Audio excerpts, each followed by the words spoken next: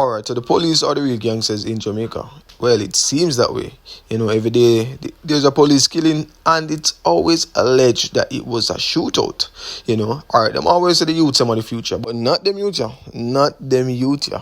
Sometimes I wonder if I really school them thing happen. You get me? I say because there are a lot of drugs and violence at school nowadays. And it's hard to really wonder if these students are really students and not gang members. But anyways, a student of Morant Bay was unalive at the bus stop by another student. When you see me, I tell you. Alright, so welcome back to another installment of Speak Your Mind TV, and we're going to speak on these topics. In order to support the channel, give this video a thumbs up and also comment your feedback to be a part of the discussion. Alright, we're going to start with the Morant Bay student first. So, a damaging allegation about a 13-year-old Clad Doyle is said to have turned into a constant target in his community of Castle Hill, Bath, St. Thomas. His family said that the rumor followed him from his community into the schoolyard at Seaford High School, more than 30 meters away. Ultimately, setting the stage for the deadly confrontation on Monday, Doyle was stabbed to death on Monday afternoon at the Morant Bay bus park after altercation with a group of boys. Police report that about 1:45 p.m. a dispute escalated. A knife was used and Doyle was stabbed in the abdomen. He later died while undergoing treatment at the hospital. The 3 students are now in custody as investigation continues.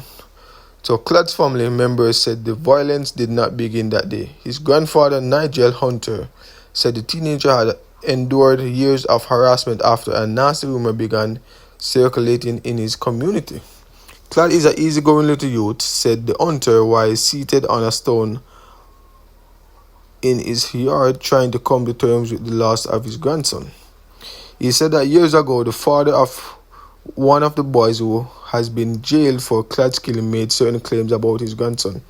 According to Hunter, the allegations spread quickly, fueling bullying both on the streets and at school. Them start bully him and beat him everywhere them see him. And my grandson not going to take it. Him going to fight back. So every time the boy them see him, them call him name and now them kill him. There was a time when Clad would refuse to go on the road alone because a bear fight would happen. He would take other routes just to even go to the river and shop. It's a lot of time them gang him and beat him, and we really feel it for him because them bully him to his death, Hunter said. Alright, so based on what they must say in the report, the altercation start from his home and them normally bully him, call him name and so forth. But this seems as if it's a case where he's gay, in my opinion. You get me I say?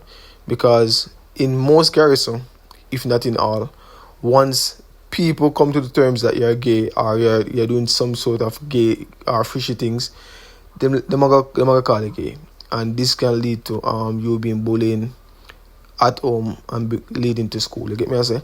But to be honest, we live in a society where you can't tell nobody what to do. It's wrong, yes, but at the end of the day, who is you to take somebody's life for who them choose to become? You get me I say? Alright, so I jump back into the report. So Clad was a quiet little boy, but if you get him out, he's going to get angry, she said. She admitted that the school has summoned his parents in the past because of his behavior, but insists the incident stemmed from ongoing conflict with other students. The school would call, yes, but that only happened when them trouble him and him retaliate, Sutherland said. She recalled an incident last month where Doyle was attacked and beaten up. She said he sustained an injury to his neck and had to be taken to hospital for treatment. Family members say that the persistent taunt created a violent situation that kept escalating. Meanwhile, acting regional director for Ministry of Education, Skills, Youth and Information in the region 2, Blackwood Grant, described the incident as extremely unfortunate and tragic. She said a team of counselors have visited the institution to offer support. This school has been going through a difficult time as they lost a teacher last week who fell ill suddenly. So to have this incident this week is really difficult, she said. Alright, so my take on this is, it's simple. You get me? I say, in most garrison, most students is being bullied. And it is like there's no one to talk to squash these bully, especially in the inner city. inner city communities and schools. You get me? Because if you guys gonna wait till it reached this point when he's already unalive to try to solve the problem, that doesn't make any sense. Because most of these parents them literally need somebody to go to talk to, or to de-escalate these problems before it literally reach to a point where there's no return. You get me? I say some honestly think them need to come up with some sort of system where they can de-escalate gang violence in school, bullying and so forth. Because all of us been to school. All of us has either been a victim of bullying or see our friends that was victim of bullying, or we see bullying happen around us. So we know what it feel like. You get me I say? And to be constantly being bullied by the same person over and over and nothing now come out of it until that person is dead literally doesn't make any sense. Alright, so we're gonna talk about the second topic.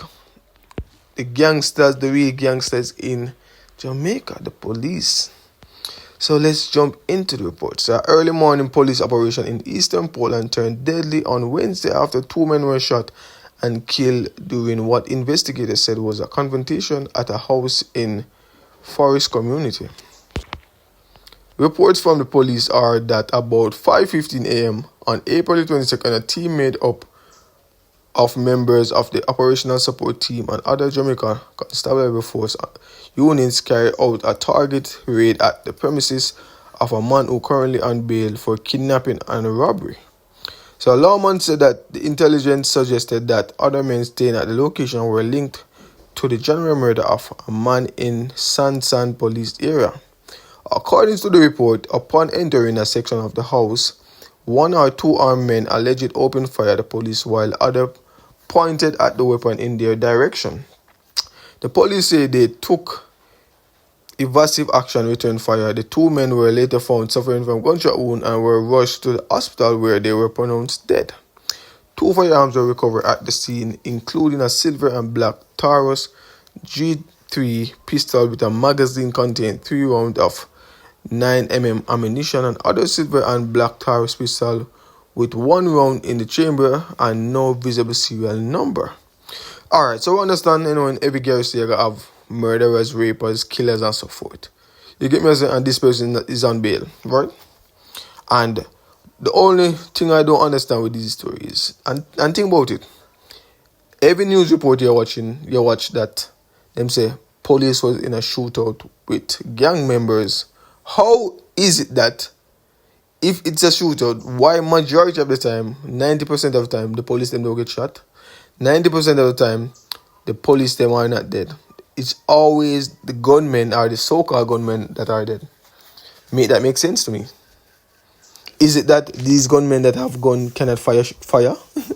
Is it that the police are more tactical trained than these gunmen, make them always kill them? Or is it that these police are so good, are so very informed, are very informed, make them literally can't get shot? I never think about that yet. I'm not saying most of these persons are not gang members, or gangsters, or dons, or whatever, or killers, murder. I'm not saying that.